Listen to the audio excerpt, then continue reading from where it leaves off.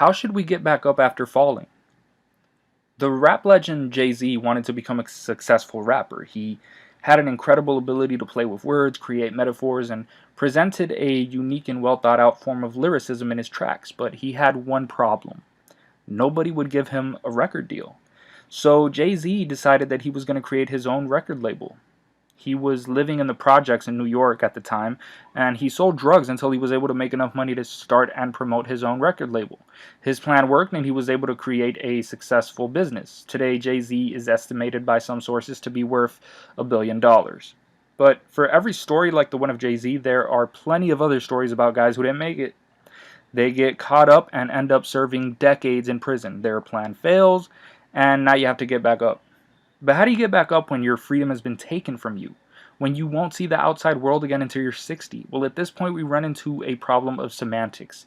But let's not confuse ourselves by thinking that semantics are unimportant. They matter very much. After all, if you fall, it's only natural that you want to get back up. But what does getting back up mean to you? Some people who end up serving decades in prison would decide that their life has no meaning. They become nihilist.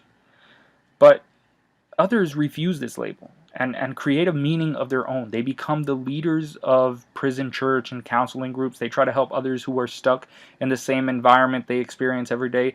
They try to instill values in others that have short sentences so that they don't end up coming back to prison. To them, they have gotten back up because their existence matters. They experience happiness because they experience meaning. In many things, such as martial arts or music, if you fall once, you can get back up and try again. And mastering the ability to do this can be the difference between success and failure. Having thick skin and learning to accept criticism while not allowing it to destroy your self-esteem is vital in the pursuit of dreams. But if your dream is gone forever, then your attachment to the dream is your enemy. If you become so attached to something that you can't let it go after it's already let you go, then naturally you will suffer. A flexible mindset can save you from this. If one dream fails, you can always create another.